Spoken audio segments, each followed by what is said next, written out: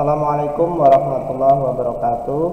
Kembali lagi di pembelajaran matematika. Kali ini kita akan belajar mengenai bab aritmatika sosial untuk kelas 7 semester 2 pertemuan ketiga. Langsung saja, apa itu aritmatika sosial? Jadi aritmatika sosial itu suatu penerapan dasar-dasar perhitungan matematika yang ada di dalam kehidupan sehari-hari, yaitu perhitungan-perhitungan matematika yang sering kita jumpai di kehidupan sehari-hari. Itu aritmatika sosial. Dari kata sosial ini ya, sosial itu berarti ya kehidupan kita berinteraksi atau berhubungan dengan orang lain. Yang akan kita pelajari di aritmatika sosial diantaranya yaitu ini ya, nanti kurang lebih ruang lingkup pelajaran kita ini ya. Jadi jual beli berarti ada harga penjualan, harga pembelian. Kalau berjualan berarti ada untung, ada rugi. Terus presentase untung dan ruginya berapa persen begitu ya, diskon atau potongan harga. Ada juga yang mengatakan rabat ya, kita populer dengan kata diskon. Kemudian bunga itu nanti kalau kita menabung atau meminjam, pajak berarti berhubungan dengan negara, uang yang harus kita bayarkan kepada negara. Kemudian yang mungkin agak baru ini adalah bruto, neto, dan tara. Langsung saja, yang pertama harga penjualan ya, harga penjualan. Jadi kalau kita berbicara harga penjualan berarti hubungannya dengan jual beli ya. Hubungannya dengan jual beli. Harga penjualan adalah harga ketika barang itu dijual. Tentunya kalau ada harga penjualan berarti ada pembeliannya dan ada untungnya ya. Kalau kita berjualan kita akan mencari untung. Nah, berarti ada harga pembelian, ada untungnya. Dan juga tentunya terkadang tidak hanya untung saja, malah terkadang rugi gitu ya. Harga penjualan jika untung itu harga jual itu sama dengan harga beli plus untung ya. Kalau ini posisi kita untung ya. Kalau jualan kita untung, harga jual itu sama dengan harga kita beli dan untungnya berapa. Nah, itu yang kita jual. Kemudian kalau jualan tapi rugi, nah kan kadang itu ada yang jualan itu rugi, daripada nggak dapat uang sama sekali mending dijual saja walaupun rugi. Nah, berarti harga jual ketika rugi itu harga beli dikurangi rugi ya. Nah, itu yang dijual. Sekarang kita contoh sederhana ya, berapa kita harus menjual suatu barang jika membeli dengan harga Rp250.000 dan menginginkan keuntungan Rp50.000 ya. Kita belinya Rp250.000 dan kita pengen untung Rp50.000. Nah, kita harus jual berapa? Kita langsung saja kerjakan. Harga jual kalau untung ya, ini kan untung ya, karena ingin untung Rp50.000 berarti harga beli ditambah untung. Harga belinya Rp250.000 ditambah Rp50.000. Berarti kita harus menjual Rp300.000 ya. Kalau kita ingin keuntungan Rp50.000. Ini harga jual ya, gampang sekali. Nah, langsung saja ke yang kedua ya. Karena ada harga jual berarti ada harga pembelian. Harga pembelian berarti apa? Harga di mana bahan baku atau barang itu dibeli. Ya. Jadi ya kalau bahasa kita kulaan ya, kulaannya berapa itu harga pembelian. Harga di mana barang itu sebelum akan dijual itu belinya berapa gitu. Ya, harga beli jika untung ya, harga beli jika untung ini kan terkadang bisa juga rugi ya. Harga jual dikurangi untung. Ya. Kebalikannya dari harga jual tadi, harga jual kalau untung ya berarti harga beli ditambah untung. Kalau nyari harga beli berarti harga jual dikurangi untung. Nah, kalau rugi bagaimana? Berarti harga beli, harga jual plus rugi. Ruginya berapa? Ditambah harga jual itu ya harga belinya. Itu kalau rugi. Nah, contoh ya, contoh sederhana, Tony menjual motor bekasnya seharga Rp5.600.000. Dari hasil tersebut Tony untung Rp750.000. Berapa harga pembelian motor Tony? Nah, ini jualannya 5.600.000, untungnya 750.000. Berarti harga belinya berapa? Berarti harga belinya ya harga jual ini dikurangi untungnya. Untungnya berapa? 750.000, 5.600.000 dikurangi 750.000 sama dengan 4.850.000. Berarti dulu Tony belinya 4.850.000 rupiah, gitu ya. Ini harga beli. Kemudian untung dan rugi. Untung adalah selisih yang didapat antara harga penjualan suatu barang dengan harga pembelian. Nah, selisih antara kita beli dan kita jual dengan syarat jualnya lebih besar daripada pembeliannya, ya. Itu namanya untung. Kalau kita jualannya lebih nilainya lebih besar daripada kita pas beli, ya namanya untung. Sedangkan rugi ya kebalikannya. Rugi adalah selisih yang didapat antara harga penjualan dengan harga pembeliannya. Kalau dalam rugi berarti kita jualannya lebih sedikit atau lebih rendah daripada harga belinya. Itu namanya rugi. Nah, yang kita cari untung tentunya ya. Kemudian untung sama dengan harga jual dikurangi harga beli. Kalau rugi, harga beli dikurangi harga jual. Kebalikannya ya. Contoh, ini contoh yang untung apa rugi nih. Berapa keuntungan atau kerugian yang diperoleh jika barang dibeli dengan harga 450.000 dan dijual dengan harga 480.000 rupiah. Nah, ini jualannya lebih besar daripada belinya, berarti ini posisinya untung ya. Nah, tinggal selisih berarti dikurangi. Berarti 480.000 dikurangi 450.000 sama dengan 30.000 rupiah. Berarti untung 30.000 rupiah ya. Kemudian yang keempat, persentase untung dan rugi.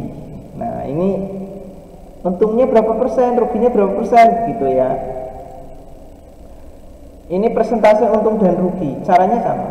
Untungnya berapa per harga beli kali 100 ya.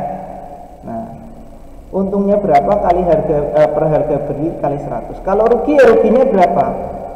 Per harga beli dibagi harga beli dikali 100. Kalau kita mau mencari persentase untung atau rugi ya.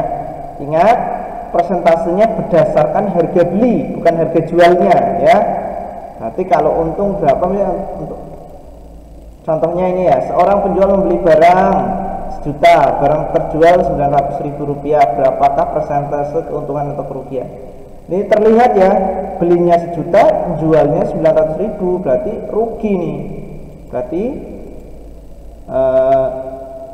ruginya berapa dulu? Kita cari ruginya berapa dulu. Ini kan sebelum kita tahu untungnya atau ruginya berapa, berarti kita cari ruginya. Berarti ruginya caranya gimana? 1 juta dikurangi 900.000, harga beli dikurangi harga jual, 100.000 ruginya ya. Kalau sudah ketemu ruginya, berarti tinggal kita terapkan rumus ini. Persentase rugi sama dengan rugi bagi harga beli dikali 100. Berarti 100 per 1 juta kali 100 berapa? 10%. Berarti kerugiannya 10% gitu ya. Ini contoh sederhananya. Terus diskon atau potongan harga. Ada juga yang istilah lain yaitu rabat begitu ya. Diskon ini suka nih, banyak yang suka kalau diskon, apalagi menjelang lebaran. Kalau beli terus dipotong harganya kan senang gitu ya. Diskon sama dengan harga barang dikali persentase diskon. Ya, biasanya diskon itu bentuknya persen, maka nyarinya diskon itu berarti harga barangnya berapa dikali persentase diskon, berapa persen diskonnya. Ya, itu baru ketemu diskon. Tapi terkadang pertanyaannya soal itu bukan diskonnya, tetapi berapa harga yang harus dibayar. Berapa harga yang harus dibayar kalau diskonnya berapa persen gitu. Berarti ini ngerjakannya 2 kali nanti. Contoh, sebuah barang harganya 100.000, jika diberikan diskon 20% maka harganya akan menjadi berapa titik-titik ya. Langsung saja kita jawab. Nah, kita lihat yang ditanyakan ini adalah harga yang harus dibayarkan setelah didiskon gitu ya. Nah, berarti yang pertama kita cari diskonnya dulu. Berapa rupiah diskonnya?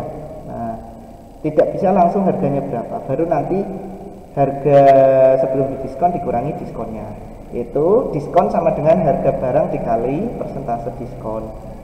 Harga barangnya 100.000 kali 20 per 100. Persentase diskonnya kan 20%, berarti 20 per 100 sama dengan 20.000. Nah, kalau sudah ketemu diskonnya 20.000, maka kita bisa dapat harganya yang harus dibayar berapa. Nah, harga setelah didiskon sama dengan 100.000 kurangi 20.000 sama dengan 80.000 rupiah. Berarti 80.000 rupiah ini adalah harga setelah didiskon, setelah dipotong gitu ya. Orang membayarnya ya berarti 80.000 ini.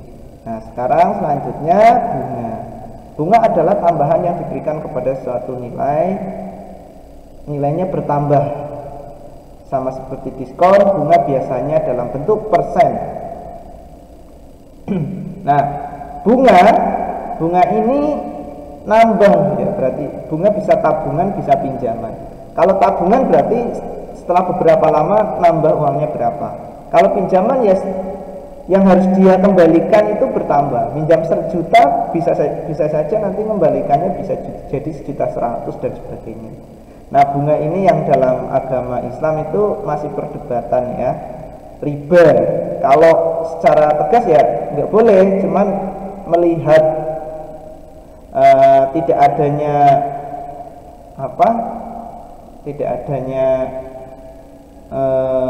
cara lain ya, akhirnya terkadang ini masih digunakan dan beberapa ulama membolehkan ya.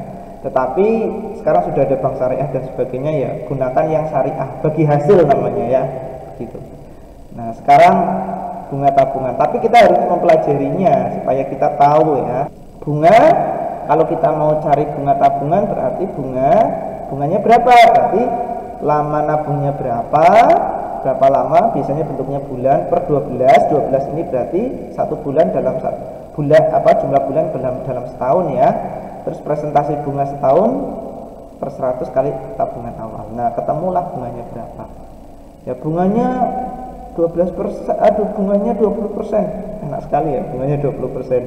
Berarti 20% kali tabungan awalnya berapa? Tinggal berapa tahun bunganya itu? Setahun 20%.